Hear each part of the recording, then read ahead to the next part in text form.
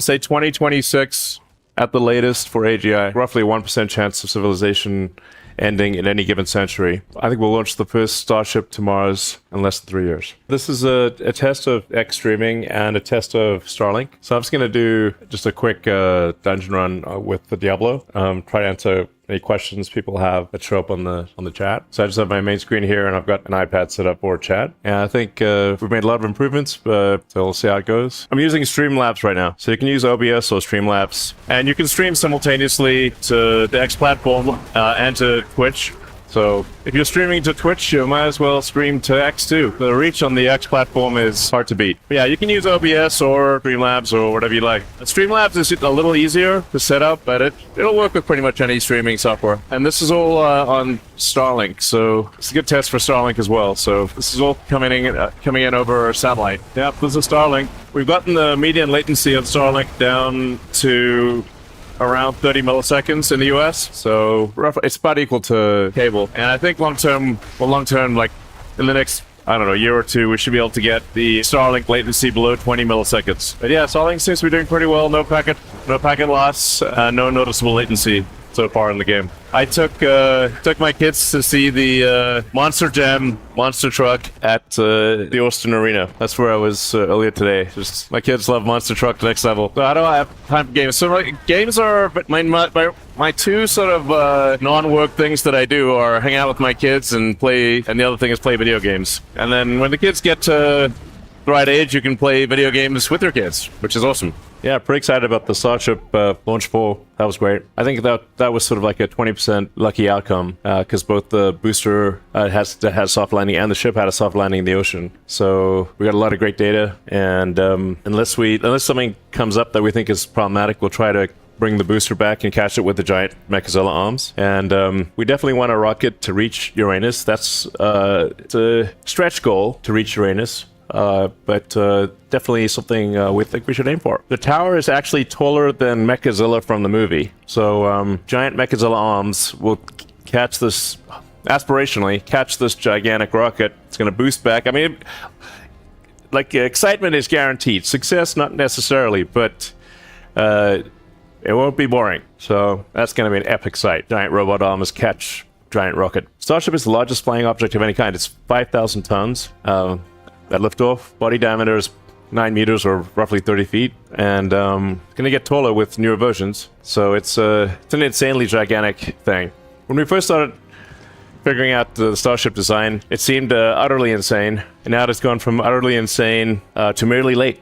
Next launch, Starship launch is probably in about a month. We have to we're going to replace the whole heat shield on the ship. So the new heat shield tile is about twice as strong as the ones that were on the last flight. So and we want to put an ablative secondary structure, like basically ablative protection behind the tiles, so that if a tile cracks or comes loose, it doesn't cook the rocket. It's pretty incredible that the rocket that the ship made it all the way to the ocean, despite the right front flap getting cooked very hard. It was kind of like a skeleton hand. But I made it. But on the next flight, we want to not have the tiles fly off and have a skeleton flap. So the new tiles will, like I said, about twice as strong, or hopefully half as likely to crack or come off. And we're gonna put like I said, secondary ablative material below the tiles, so that if a tile does crack or come off, it's got a good shot of returning. We ran 2 experiments with tiles on this flight, which people may have noticed because they sort of why there's some missing tiles on this last flight. They were intentionally missing because we were testing the secondary heat shield material, which is like a silicone felt ablative. It's not good for reuse, but it's good for saving your butt if a tile cracks or falls off. Very tricky to put these tiles, have them work well, because the tiles are ceramics. They're like a coffee cup or a dinner plate. So you got a whole bunch of dinner plates stuck on the side of a rocket that is shaking like hell. And it's shrinking cryogenically with the propellant, and then expanding under pressure, and then you've got the tiles expanding when they get hot. So there's a lot of expansion and contraction happening while trying to keep all these brittle tiles from cracking or falling off. It's a tricky problem. No one has ever actually succeeded in making a reusable orbital heat shield. The shuttle heat shield took, I think, 9 months, 1,000 people, a massive amount of work between flights. So I wouldn't characterize that as reusable in a meaningful way. And we're aiming for full reusability. So the ship comes back, gets caught by the Mechazilla arms, and is then placed back on top of a booster for immediate reflight. That's the goal. I don't know why the plasma was purple. I always like pretty much every color. Now, we were burning things. So probably I don't think all those colors should be there if we're not burning things, but it's still going to be quite the light show. And what you're seeing with the Starship coming back in is just exactly what the camera sees. So there's no post-production, there's no editing, nothing. That is the live stream from the camera. It's what you would see if you looked out the window. It does look awesome. Yeah, I'm pretty fired up, actually. I was really walking on clouds after the Starship launch. SpaceX team did an amazing job, and we're really doing things that have never been done before. So the key to making life multiplanetary and being a true spacefaring civilization is full and rapid reusability, so that you don't have to get a new rocket every time you want to fly somewhere. Now, we live on a planet where Earth's gravity is high, and we have a dense atmosphere. So if this was a video game, it would be set on extreme difficulty. So it's very extremely difficult, but not impossible. So I'm confident it will work. Just a question of how many attempts we need to make it work, and then make it work really well. And then for building a city on Mars, you need thousands of ships, because you can only go to Mars every 26 months. So Earth and Mars the planets basically align every 2 years, and you've got a short window of a couple months to launch from Earth. So you need thousands of ships if you're going to build a city. And then the ships can only come back, best case, every 2 years, but realistically, more like every 3 or 4. So in order to build a city on Mars, let's say if you're aiming for a million, whatever's, I'm not sure what the right number is for being self-sustaining, but I think it's maybe on the order of 1 million people, and maybe 10 million tons of cargo to build up the infrastructure necessary to be self-sustaining. The critical threshold to pass, some people would call it like the Fermi filter, sort of after Enrico Fermi. The threshold is get Mars to the point where if the ships from Earth stop coming for any reason, that the Mars city does not die out. So you could have everything except for one little thing that you're missing, and then if those resupply ships stop coming, game over.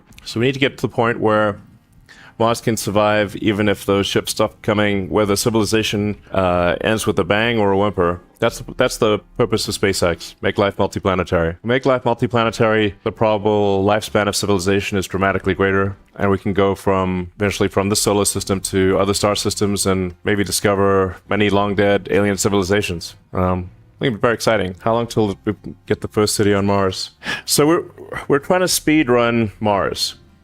Speed run making Mars self-sustaining. That's the goal.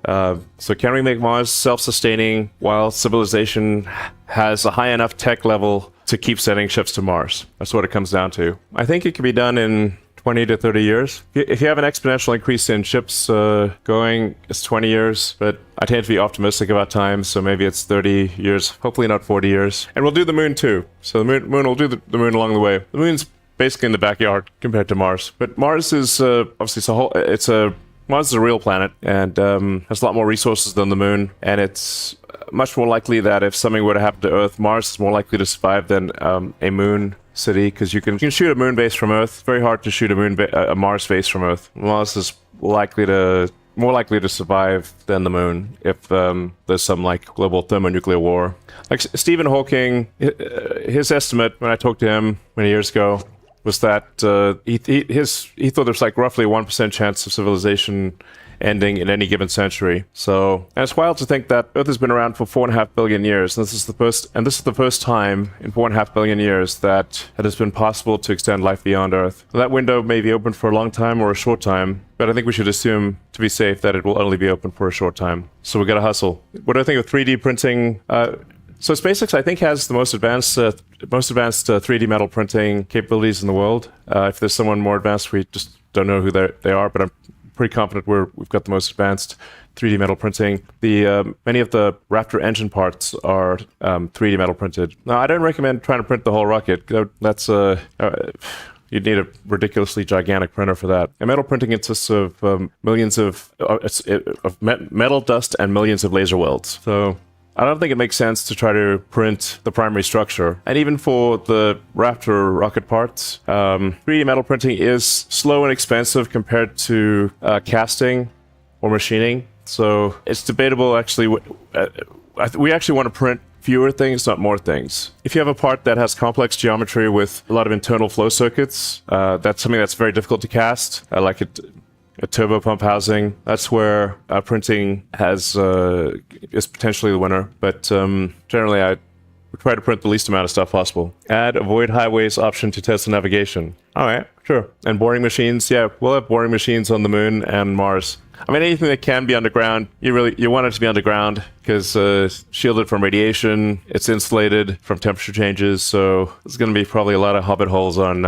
Mars and the moon. Yeah, mosquitoes. We managed to actually tackle the mosquitoes for parts of Starbase, but man, mosquitoes they're a difficult beast to battle. You may have seen Nolan, who's the first Neuralink patient. After he got the Neuralink, he spent all night playing Civilization, which is awesome. That's exactly what I'd do if I were him. There will probably be a lot of Optimus bots on Mars. You don't need to terraform Mars to make it self-sustaining. Over time, you could terraform Mars and make it be like Earth. But that'll take a while, even if you take the fast path. I think the right move is to get the city on Mars to be self-sustaining as quickly as possible, so as to secure the long-term future of consciousness and life as we know it, and thereafter work on terraforming. With SpaceX flight to Mars, I think within 3 years, we'll launch the first Starship to Mars in less than 3 years, and things will really go exponential from there. So send a few ships on the first Mars rendezvous, which is Earth and Mars align every 2 years. So send a few ships first time, maybe 3. Confirm that they can land well, and then crank it up from there. Then go to 20 or 30 ships in the second rendezvous, 100 on the third, and try to get to 1,000 ships going to Mars every rendezvous every 2 years, as quickly as possible. And yeah, you can terraform Mars while people are there. Terraforming Mars mostly consists of warming it up, which you can do with solar reflectors in orbit. Or just a lot of thermonuclear explosions.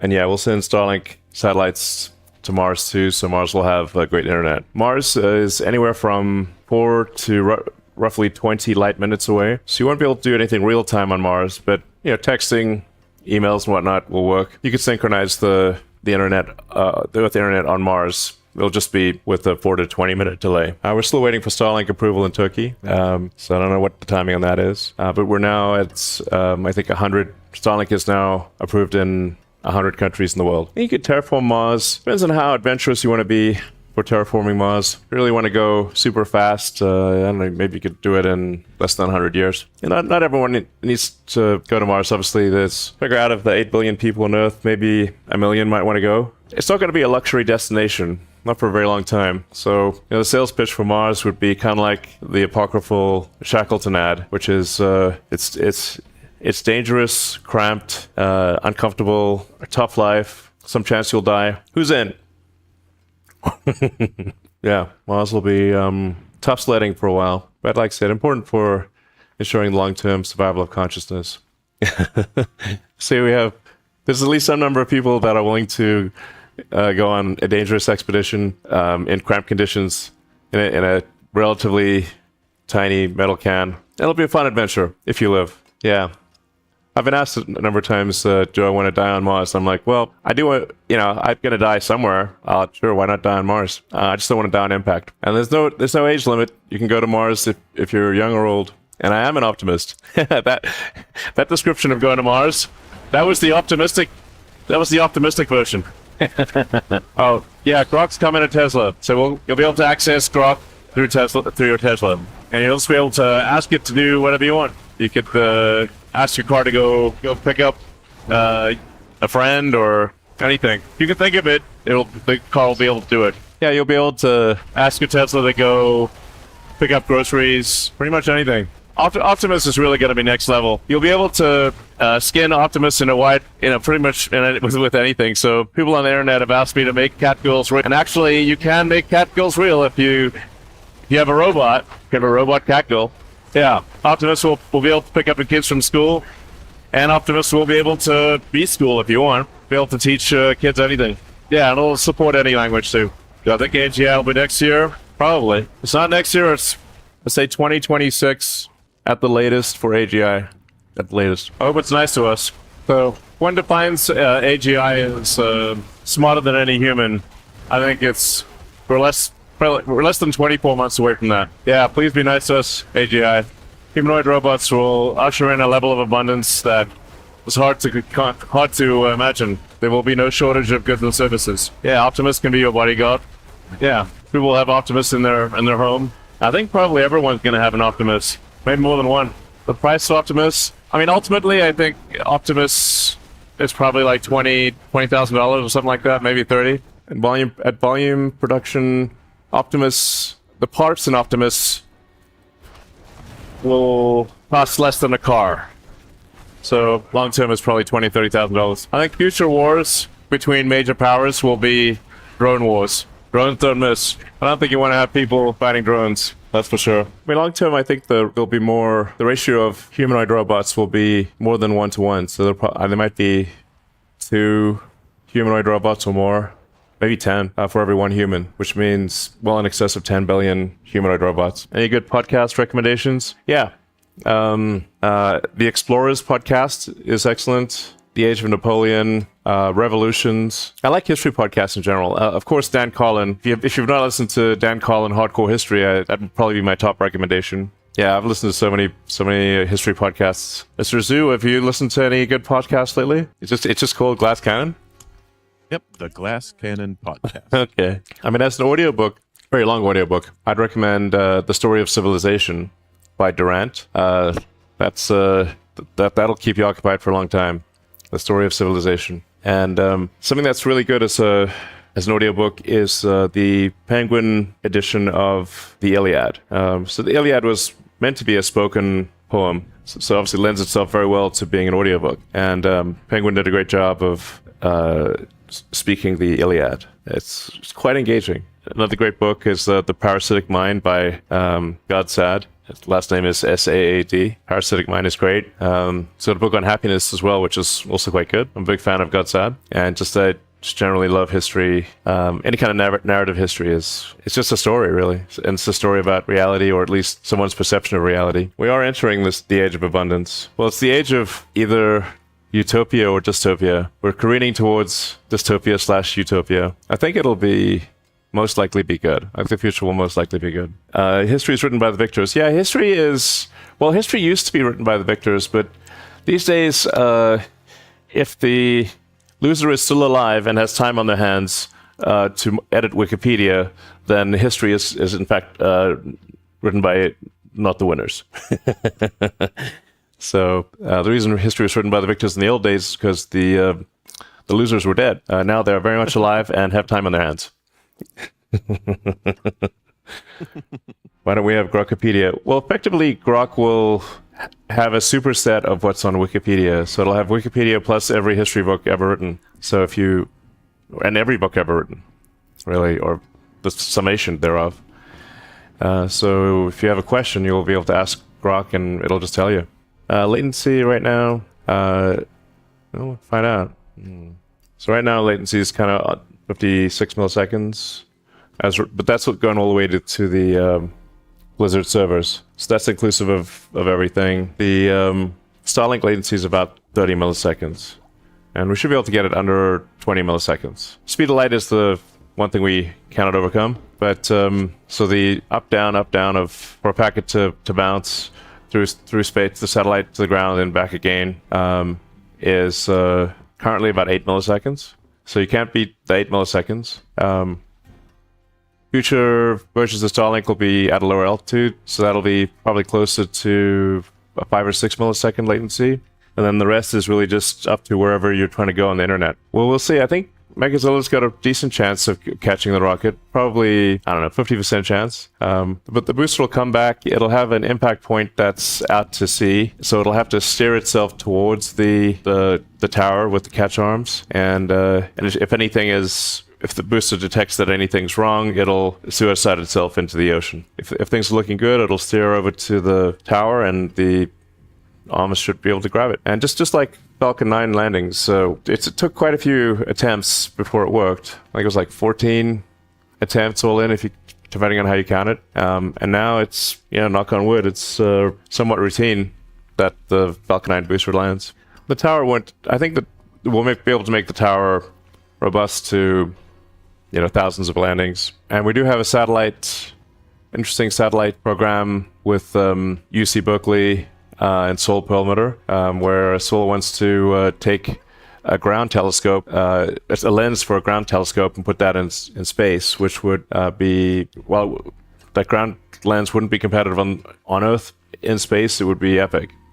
So to be combining that lens with more advanced electronics, it probably is roughly 10. It would probably be roughly 10 times the resolution of Hubble. Yeah, the reason we want to put the next generation Starlink satellites lower is that if a satellite does die out, then if you're lower in the atmosphere, it'll deorbit and burn up fast, and the atmosphere ends up kind of like a orbital cleaner. And the lower you are, the faster it'll sort of clean up a dead satellite. More kids, 100. That'd be a lot of kids. I do encourage people. I always encourage my friends to have kids. Happy to see that many of them are. Yeah, Flight 5 is hopefully about a month away. Flight 5 of Starship hopefully a month away. I'm just answering I'm just going to answer some random questions from the chat here. I'm drinking Diet Coke, which is an easy guess. The candle smells like a candle. It is not scented. And Starlink is continuously upgrading to improve the latency. Well, the satellites are being upgraded, the terminals being upgraded, the ground stations being upgraded, everything is being upgraded. So Starlink will just get better and better over time. The long-term goal is, not long-term, but like maybe next year or something, is try to get the latency down under 20 milliseconds. That's the hardest thing to solve. Little X, last time I saw him was in the pool. We're not going to do a Tesla phone, but yeah, Starlink will get better over time, and the X platform as well. So the question is, how will Starship overcome fuel, boil-off, and thermal issues on deep space missions? Well, first of all, Starship actually is mostly oxygen. The propellant is about 77% liquid oxygen, 23% liquid methane, and you only really need the header tanks to have propellant for landing. So you do Mars transit with the main tanks, and then the header tanks, which are well insulated, will be what's used to land on Mars. And how long before Florida gets to see a Starship launch? We're aiming to have Starship launch capability out of Florida around the middle of next year. So hopefully first launch before the end of next year. Thanks to everyone who voted the Tesla shares. Much appreciated. And yeah, there's an X app that is coming for smart TVs, so it'll be native to any TV long term. So you can just look for the X app and just access X videos on any TV. For now, you can sort of cast it to your TV. It works pretty well for just casting from your phone. Earth to Mars Starship flight would be about 6 months. Eventually, you could probably get the trip down under 3 months. Mars is pretty far, so my guess is eventually it gets down to maybe a couple months. Retail's with you from Tesla. Thanks. Thank you, retail shareholders of Tesla. Appreciate the support, guys. You can catch it next time with the neck arm. That would be insane. Yeah, it is insane. Excitement guaranteed. Success maybe. I mean, it's pretty absurd because this has never been. Yeah, nobody's even tried to do anything this crazy. I think it's helpful to think of things in the limit of physics. Like, what is the physically fastest possible way to achieve reusability? And if you have landing legs, then you got all the mass and complexity of the landing legs, but then you've got to move a giant rocket from the landing pad to the launch pad, which is not easy.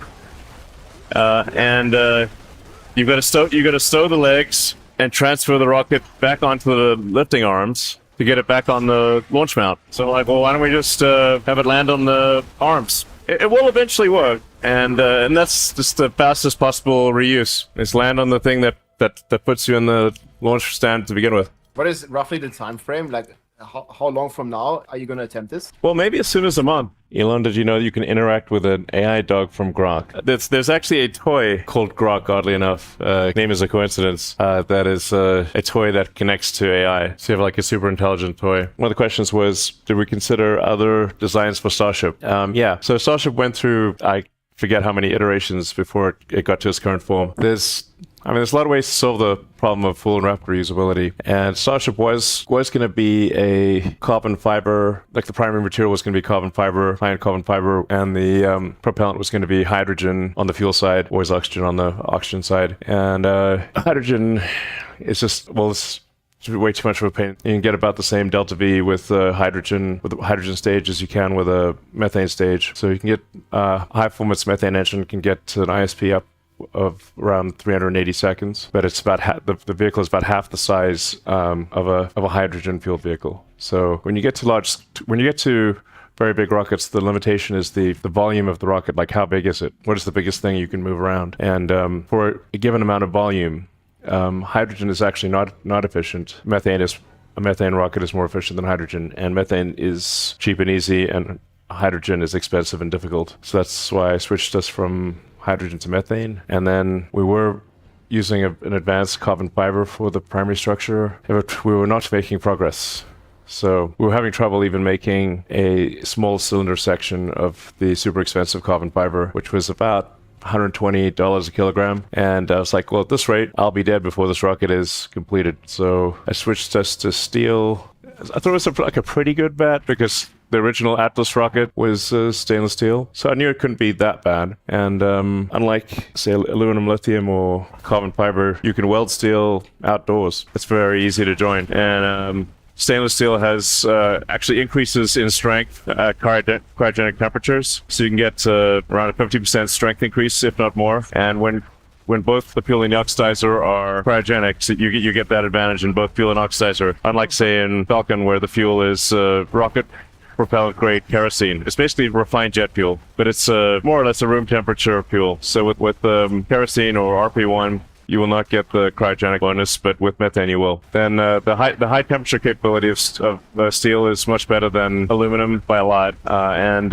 when you have a reusable rocket, you're coming in very hot. So you need something that can handle the heat. So with the steel structure, you actually don't need any heat shielding on the leeward side, and you need a much lighter heat shield on the windward or hot side. So it turned out that steel was not just the cheapest and fastest way, but it was also the lightest, somewhat counterintuitively the lightest material.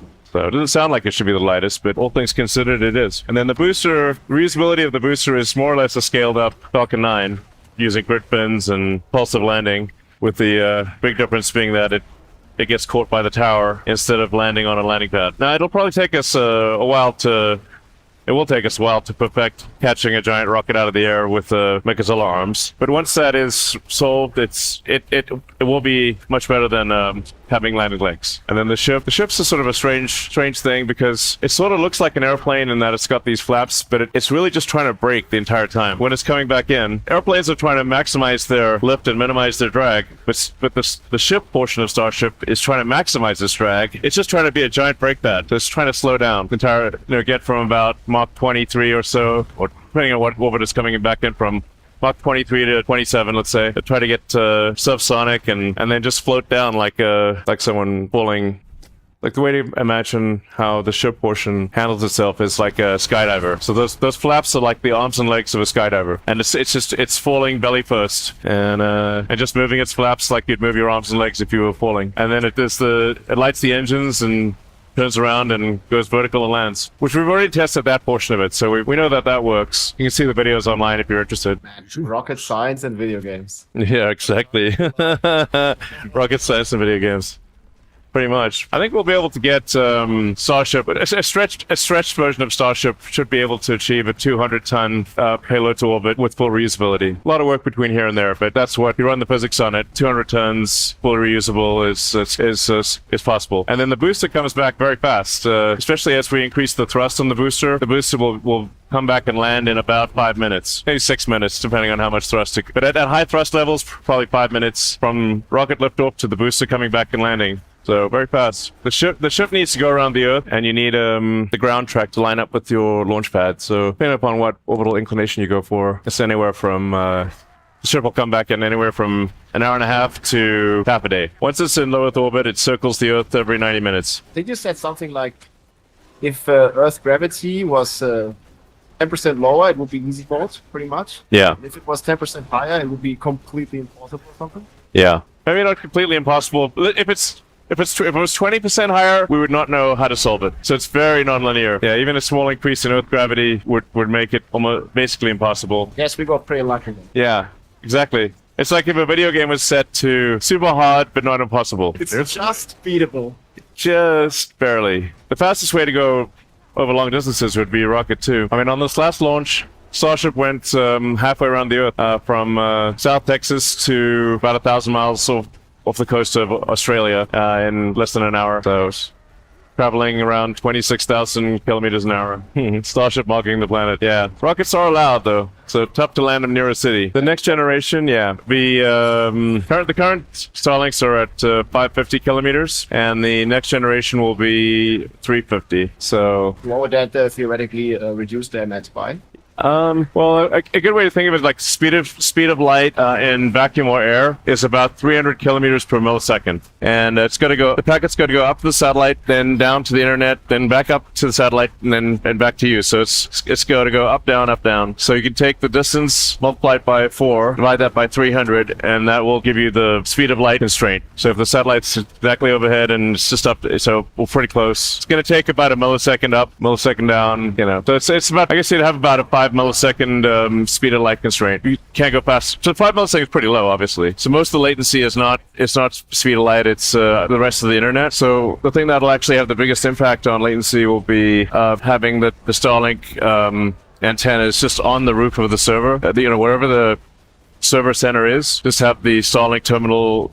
Go with Starlink sort of gateway on the roof, and it'll just bounce direct from your terminal to the server center, and it won't even touch the internet. So even if the whole internet goes down, as long as the servers are up, you will still be able to communicate. And it's way faster to so speed of light in cable is slower than speed of light in air or vacuum. So you can do a little over 200 kilometers per millisecond in fiber optic, and 300 in air and vacuum. So, and then you should be able to have a more direct route. So Starlink should be the best. It should really crush on long distance latency. Like if you're trying to go intercontinental, because if you look at the sort of how the fibers trace, they tend to trace the outlines of the continents. So it's kind of, when a packet is like traveling, say, from California to South Africa, it's going on a very circuitous route. It's not going in a straight line in fiber optic.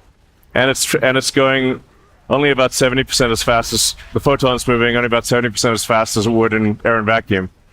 So Starlink can have a more direct route, and it's going, 40% faster. So basically, physics is on your side if you're going through space. It'd be great for us gamers, Yeah. especially those who don't have access to like a fiber network or something.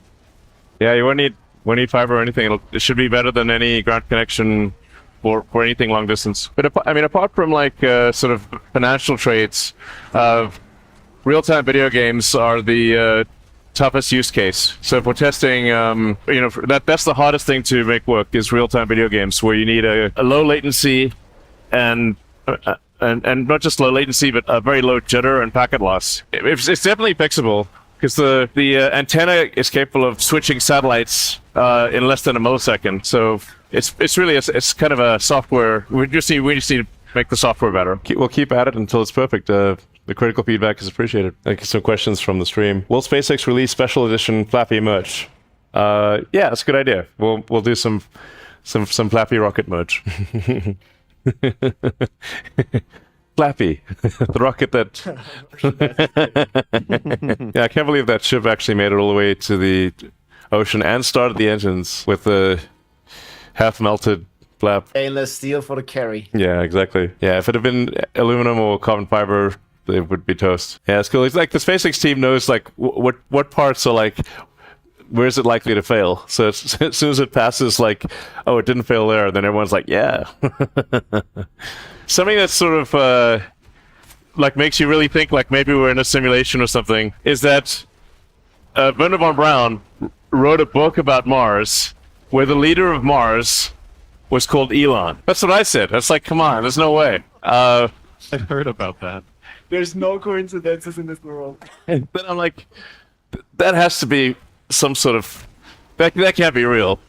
And I'm told it's real. Yeah, like, come on, like seriously. But I'm told that he did, in fact. I don't know. I mean, I still don't believe it. It still sounds. It sounds impossible, but apparently he did. So either somebody went to a lot of trouble to fake it, and it's kind of impressive fake, or it's real. Either way, that's definitely like, okay, we're in a simulation, man. There's no way. 100%, exactly. It's like, no, like that's impossible. So like, then are we somebody's Diablo character or something like that? I don't know, maybe. A funny comment in the stream.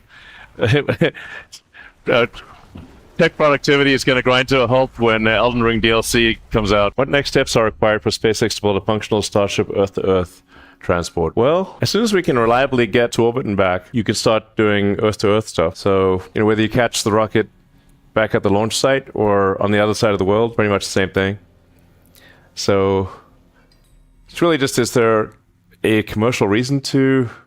It needs to be, I guess, commercially viable. It's like technically viable as soon as Starship can get back to, can land at all, you can land anywhere on Earth. Getting asked, like, what are my views on teleportation in real life? I do not think teleportation is physically possible. It might be cool. Sometimes there's some things where it would be cool, but if what it would imply for other things in reality would be problematic. So, like, conservation of energy is actually very important. Like the laws of thermodynamics, like we couldn't exist if the laws of thermodynamics might be annoying, but reality could not exist without them. The three laws of thermodynamics. Rule 1 is you can't win. Rule 2 is you can't break even. And rule 3 is you can't get out of the game. I'll find out when the TV OS X app is coming out. I think it's going to depend on which TV. I love you guys too. I don't know. I think just birthday plans are just dinner with friends. No big party plan. I go find out what's happening with little X. I'm just going to go check on my kid for 2 minutes. I'll be back shortly. The kids are just watching Minions. Will we add a dislike button on X? I think we generally should have more complex feedback than is currently available. Somebody in the chat just had a good suggestion for an AI dog name, which is BYTE, bite. It's like, does your dog bite? Hey, X.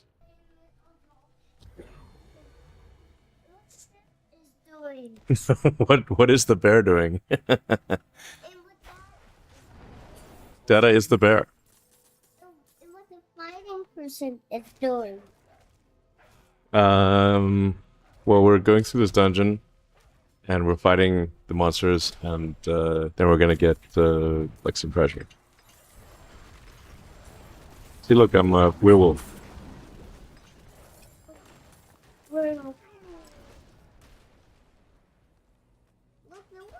Werewolf, werewolf.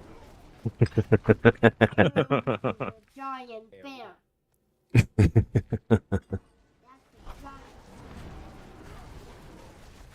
See, I turn into a bear, and then I also just, in a split second, turn into a wolf too.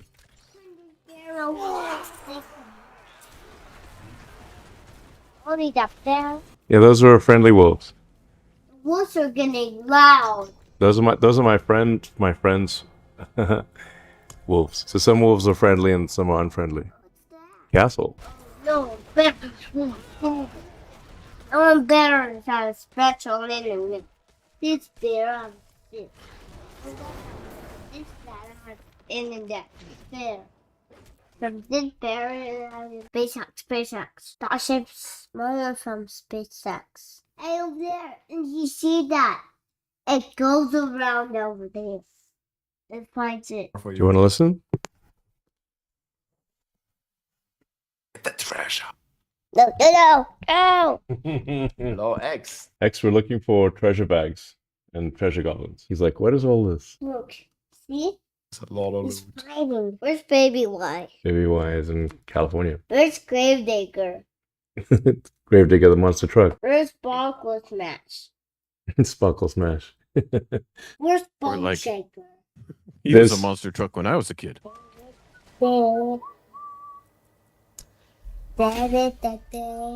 Somebody was asking Elon for the impressions of the Steam beta client in the Tesla. D4 could run like a champ on the AMD NVIDIA SoC. You play video games while your Tesla is self-driving. It's not legal yet, but inevitably that will happen. So it is possible. It's just not legal yet. Yeah, we have to turn it off. You have to turn off. You're not allowed to play video in the front screen or any kind of interactive game. So we can play it in the rear screen. But once things are, approved for self-driving, basically people are just going to sit in the car and be on their phone or watch a movie on the screen. Just tell, drive me to the airport or anywhere, Yeah, and I'll just play Diablo 4 yeah, while on the road. pretty much. Probably connected with Starlink or. Yeah, cars are all going to drive themselves. That's a future I'm looking forward to. Yep, it's going to be humanoid robots everywhere, and people will look back and think, "Wow, they used to drive the cars themselves. That's crazy." That's crazy. I mean, anyway. These pedals you speak. Yeah. Well, it's kind of like it's similar to like X just typing random things in the chat. What's he doing? That's you 15 seconds ago. Is it covered? That's YouTube. Please, no, the citadel. No. X is taking over the chat. X is taking over. He's just causing chaos. He's just swiping. It's so good. What do you want to do? Rescue Rocket. From the Rockets get mad. From the Falcon Heavies get mad. Falcon Heavies get mad. Falcon Heavy. Is there rockets in here? There are no rockets in here. Is there rockets? Spirit I can turn into bats and fly around. Turn the Yeah, back. Steam in a Tesla. Here it Is is. he turn on back? Okay, so I can turn into bats. Wait, Elon. You just did it from any place. Spinning the loot at you. A unique item. All right, X, I think it's time for pretty good bed. damage reduction too. You have to go to bed. You have Elon, you're gonna go to bed now. Well, he likes likes turning things around. Where I say like you have to go to bed. Like no, you have to go to bed. I mean, I do at some point have to go to bed. It's true. You have to go to bed. I do. You have What if I agree with you, and we both go to bed? Oh. I turn the light on in this daddy's room. All right, guys. I'm gonna call it a night. It was fun playing.